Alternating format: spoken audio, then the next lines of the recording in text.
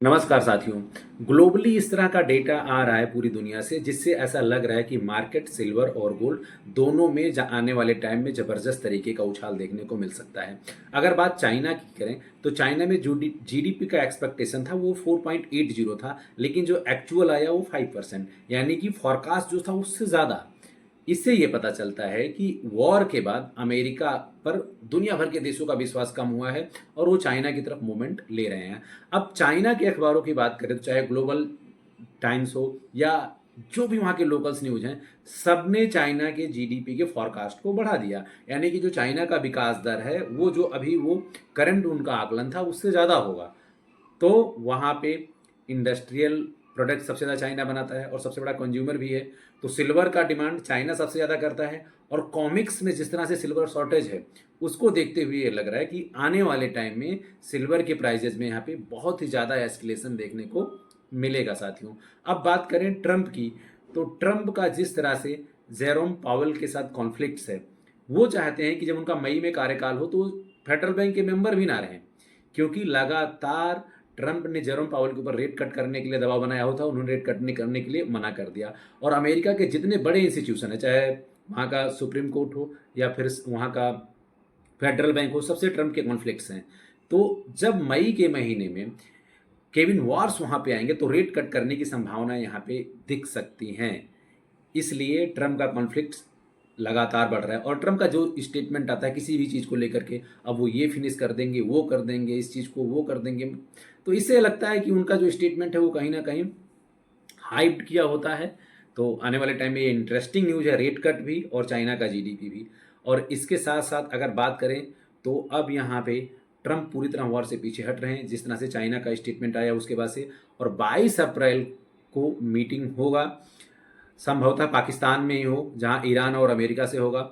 साथ के साथ इसराइल ने भी इंडिकेशन दे दिया है कि अब वो लेबनान पे अटैक नहीं करेगा। तो हिजबुल्ला और हमास और लेबनान यहाँ अगर तीनों पे अटैक नहीं होता है और जो ईरान की पॉइंट्स हैं, जिन पॉइंट्स को हमने कई बार डिस्कस किया है, अगर उस पर अमेरिका की सहमति बनती है तो क्रूड ऑयल के प्राइजेज में यहाँ और भी गिरावट आ सकता है। और जब क्रूड ऑयल के प्राइस में गिरावट आएगा तो डॉलर में पैसा पंप नहीं होगा, तो डॉलर में वहाँ पे गिरावट आ सकता है। तो क्रूड डॉलर इंडेक्स के गिरने का मतलब है सीधा सीधा सिल्वर के प्राइजेस को, गोल्ड के प्राइजेस को सपोर्ट मिलना साथियों। तो आने वाला टाइम अक्षय तृतीया और इंडिया की स्पेशली बात करें तो यहाँ शादियों का सीजन आने वाला है, तो इससे प्राइजेस में मूवमेंट मिलेगा। ऐसा देखा जाता है कि जनवरी से लेकर के मार्च तक अमूमन मार्केट में गिरावट देखने को मिलती है, लेकिन अप्रैल ऑनवर्ड से जिस तरह से मोमेंटम बना हुआ है, अब ये लगातार तेज़ी आपको देखने को मिल सकता है साथियों। अगर आज के मार्केट की बात करें तो निफ्टी, सेंसेक्स सब कुछ ऑलमोस्ट फ्लैट बंद हुआ है। Silver around $80। गोल्ड की बात करें तो गोल्ड भी अप्रॉक्सीमेटली फ्लैट ही बंद हुआ है, उसमें आधा 1% की तेज़ी है। अब आने वाले टाइम में जिस तरह से कॉमिक्स का शॉर्टेज है, चाइना का इंडस्ट्रियल डिमांड हाइयर है, यहाँ पे सिल्वर का खेल, गोल्ड का खेल आपको होता हुआ दिखाई देगा।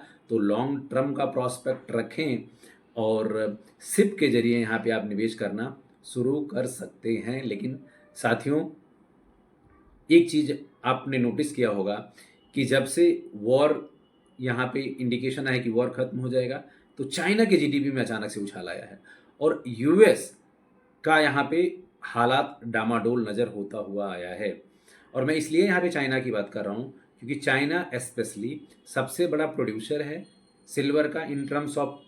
अगर आप देखोगे तो जो दुनिया भर के देशों से वो सिल्वर को कलेक्ट करके फिर उसको रिसाइकलिंग करके फाइनल फिनिश प्रोडक्ट बनाता है और उसके बाद में वो सबसे बड़ा कंज्यूमर भी है।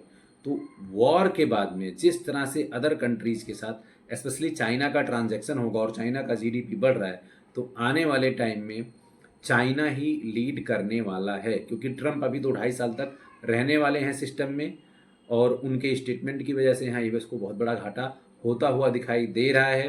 तो ओवरऑल चाहे वो रेट कट की संभावनाएं हों या सिल्वर का सप्लाई शॉर्टेज हो या फिर आने वाले टाइम में अगर आप देखोगे जो जिस तरह से इंडस्ट्रियल डिमांड बढ़ेगा वॉर के बीच में, डॉलर में कमजोरी देखने को मिलेगा और क्रूड ऑयल के भाव में लगातार गिरावट देखने को मिलेगा, तो इससे मार्केट के लिए अच्छा है और प्राइजेज यहाँ आपको एस्केलेट हो सकते हैं। आज के वीडियो में इतना ही, मिलते हैं नेक्स्ट सेशन में। इस पर आपका क्या ख्याल है कमेंट करके ज़रूर बताइए।